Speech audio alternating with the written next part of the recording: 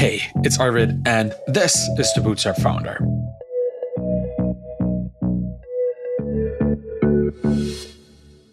Now, we often joke in entrepreneurship about founders having to wear many hats, but I think the metaphor is wrong, at least from my own experience. It's not about swapping hats. It's often about growing entirely new heads, not just the cover of the head itself. A new brain is needed that thinks different and speaks different and prioritizes different. And somehow these heads are all attached to the same body. It's less of a Mad Hatter situation and more of a Medusa situation. Multiple perspectives, multiple personalities, and everything is just trying to navigate a world that treats each one differently. So I was on a consulting call recently, and that's where the idea came from. I got into this topic of focus shifting and dealing with multiple projects. The founder I was talking to was struggling with something that I see all the time and have experienced myself. They were migrating from a successful consulting practice into building a software business. And nothing was working the way they expected. The focus was off. The priorities felt wrong. And despite having years of professional success behind them, they felt like they were starting from scratch. And maybe even worse, because their instincts kept leading them astray. And this is a situation a lot of founders find themselves in. You're coming from a salaried position or from freelance work, or maybe you've been running a small agency with a low headcount, something personal, something you've built relationships around, and now you're trying to build a software business. And that is a completely different animal, and nobody tells you. So we'll dive into that today. Here now, a quick word from our sponsor, Paddle.com. I use them as my merchant of record for all my software businesses. And even though they are all different animals, Paddle serves them well. They take care of all the taxes, the currencies, transactions, updated credit cards, all of that, so I can focus on dealing with my own business. So if you would rather just build your own thing instead of dealing with banks and financial regulators, go check out Paddle.com as your merchant of record payment provider. Now, here's what I've come to understand about this transition that these founders have been experiencing. One of the biggest threats to the success of a new software business is the encumbrance with parts of the old one. And I don't just mean like time commitments or scheduling conflicts, that happens too, but I mean the mental models, the assumptions, the instincts that served you so well before. They might be actively working against you now, running or trying to run a SaaS. The very things that made you successful in your previous career could actually be preventing success in this new one. So let's talk about one of the big ones. That's urgency and immediacy. It's something that particularly when you work on a low-touch, highly automated software as a service business, it comes at a completely different time and in a completely different shape than what you're used to. When you're freelancing or you're consulting and your client has a problem, this tends to be a big issue because it is, right? It is a real thing, no matter what it is. As long as they don't express a problem, you're doing okay, you're doing all right. But the moment something goes wrong, the urgency and immediacy of these problems is palpable for both parties. And it often self-amplifies when you interact with a customer, because when a client tells you something is wrong, you promise to fix it and you talk with them and it becomes a high priority and there's back and forth and things kind of either escalate in a good or in a bad way, but urgency causes more urgency. Why? Well, because you have so few clients, or at least you tend to if you work in a freelancing position. Retaining any one of them is probably the most important customer success mission that you might have. So when you have 5 or 10 people paying you a couple $1,000s a month, acquisition all of a sudden is not even required anymore unless you have churn. You can coast, you can breathe, you can focus entirely on serving the people who are already paying you and try to keep them paying. But the moment you try to project this approach onto a software as a service business, something that has a quite varied and distributed customer base by design, everything breaks. In SaaS, particularly in low-touch, highly automated SaaS, churn is inevitable. Retention is never guaranteed for many reasons and with many factors, most of which are completely outside of your control. People's businesses change, their needs evolve, and they get acquired, they pivot, they go under, whatever, right? That makes customer acquisition not something you do when somebody churns, but it's a constant act, a constant part of your operational presence that needs to be dedicated to that effort. This distinction is often hard for people coming from an agency or from the consulting world to internalize. Acquisition needs to be this permanent funnel that you dedicate significant effort to on a regular basis, a very regular basis, because it's always needed. It always needs to be running like a well-oiled system. In low-touch businesses, in particular, due to the lack of urgency and immediacy when a product is purchased or sold, you can't wait for a trigger to start looking for new customers. It has to happen all the time. And here's where it gets even more challenging. In the consulting world, you likely build your business and your own customer acquisition on your relationships, personal network, your reputation, word of mouth from satisfied clients who then become champions for your work.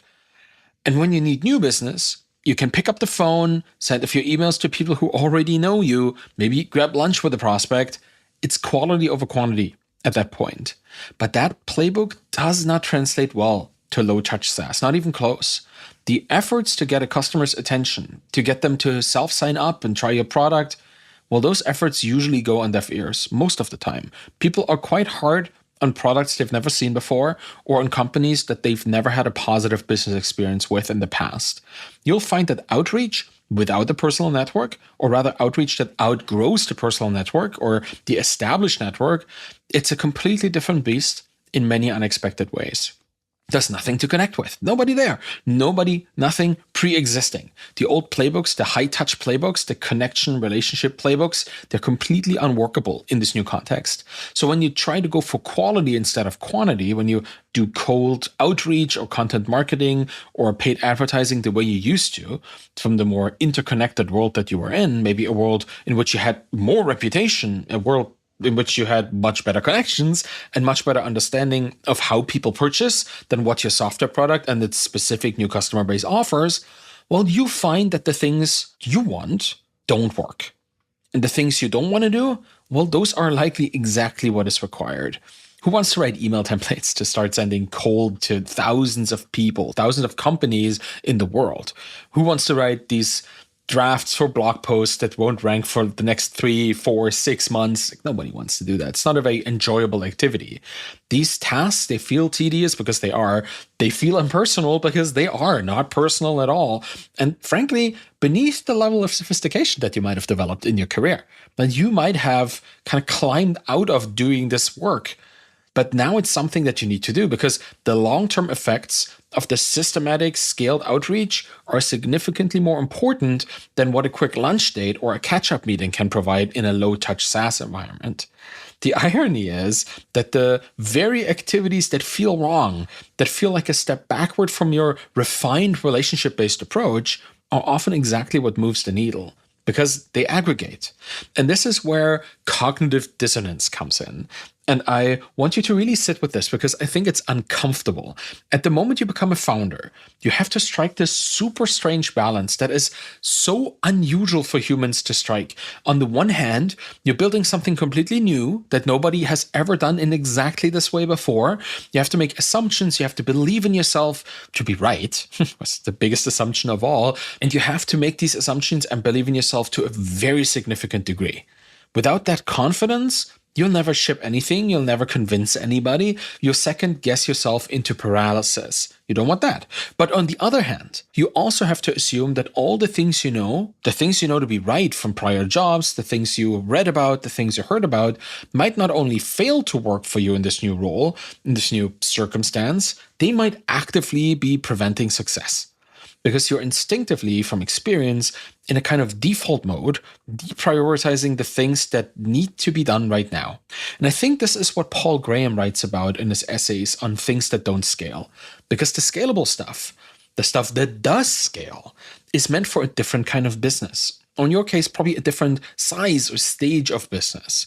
You will be able to have those enterprise deals eventually, those conversations, those month-long sales cycles for your software company once you move upstream and get back into the enterprise world. But for your first 100 customers or so, you don't know what's going to work, because if you did, somebody else would know too, and they would already have built the business that you're building. In a sense, you have to develop this cognitive dissonance actively and to be able to feel it, to experience it without falling prey to either of the extremes. You don't want to fall into overconfidence. You don't want to be overconfident that what worked until now will always work again. But you also don't want to lose track of the fact that your experience in prior roles has given you insights into customer psychology that you can still apply. They might look different now, but learnings, the underlying psychological rules, they're still the same. There's another layer to this, and I want to touch on this because it's market related, and that's the concept that Jeffrey Moore laid out in Crossing the Chasm. Because in all cases, in a new business, you will have to deal with this problem. There's always this chasm between the early adopters of a product and the early majority of adopters of that product. And when you're starting out, you'll likely find yourself surrounded by innovators, like the technology lovers that want to try out new stuff, and those early adopters that are happy to try new things. But here's what you need to understand. These people do not function like the later stage majority or the laggards that you might have worked with in your consulting days. Not even close. In fact, the higher your jump off point, like the more senior you were at the point when you started building the side business or going into entrepreneurship, the harder it will be to understand the reasoning and idiosyncrasies of people who are experiencing their own professional life from a much more early adopter perspective. The way things are done, the way that things are talked about will be wildly different with these customers. And even if you're aiming at enterprise customers eventually, their perception of security and safety is different. There's something called and commonly expressed as the Lindy effect. Things that have been around for a long time will likely be around for an equally long time in the future. And its inversion exists too, right? Things that only have been around for a short while are prone to end up being abandoned or ending quickly in failure. And that perception that people have internalized is very hard to fight with a customer in the later majority stage. They want proof, they want references, they want to know that you'll be around in 5 years. But an innovator, an early adopter, they'll likely ignore all of this. They'll look at the product. They might even be a champion for your product at some point within their organizations. And they're going to be fighting against the institutional resistance that is expressed in the Lindy effect. The way you speak to an innovator, a potential champion, the way you get an innovator interested in your company is so significantly different from how you talk to a laggard adopter. If you're used to selling to established enterprises, used to that later majority communication style, the phrasings you use there and all of that, you might find yourself completely out of sync with the people you're actually able to reach at this point. You're speaking a language they don't respond to, you're addressing concerns they don't have, and you're missing the things that actually matter to them. So what's the way out of this? Well, the way out is by allowing yourself to feel that experimentation is not just an optionality, it is a requirement for this stage. Because you will not know which things will work that worked before. So you have to try them and see if results are still possible, if you're calibrated right. Maybe what you need to do is spend a significantly bigger chunk of your time on different kinds of marketing efforts, sales efforts, product development efforts, documentation efforts, all the things that you might not consider to be the most important ones right now, whatever that might be for you. Maybe those activities are actually a lot more aligned with this way forward for the current state that you're in. You just don't know. You always have to remember, if you're building something new, the situation is new. The thing you're building is new. The surrounding circumstances might look like the old ones, but they're adjusting to a new presence, the new thing. Everything is in flux, and your assumptions need to flex with that. All this to say, when we migrate from one profession to another, when we start our businesses on top of our experience in the field, maybe the methods that used to work aren't smart to use anymore. We should embrace not only the insights of people who have shown us that they've done this before, learn from founders who've made the transition successfully, that's always a good thing to do, but also embrace that uncertainty and new approaches are part of the deal. They're not obstacles to success, they are the path to it. So you're not just switching hats, you're growing new heads and new brains, and that's uncomfortable. It's disorienting. It might even feel like you're losing your identity, like you're becoming someone you don't recognize. But it's also exactly what the situation requires in entrepreneurship. And the good news, those heads are still attached to the same body. I'm stretching the metaphor, I know. But your experience, your judgment, your understanding of people, that foundation is still there. You just need to let it express itself in new ways. And that's it for today. Thank you so much for listening to the Bootstrapped Founder. Speaking of building intelligence from conversations, if you're a founder or a PR expert on a marketing team, you might be missing critical conversations about a brand, your brand, happening right now in podcasts on the internet. That's exactly why I built Podscan. It monitors over 4 million podcasts in real time and alerts you when people talk about you. You can turn all of this unstructured podcast chatter into competitive intelligence. And if you're a founder searching for your next venture, please do check out ideas.podscan.fm, where we identify startup opportunities from hundreds of hours of expert discussions in podcasts every single day. Build what people are already asking for. So share this with anyone who needs to turn conversations into competitive advantage. You can find me on Twitter and just chat with me there at Avidkahl, ARVIDKAHL. Thanks so much for listening. Have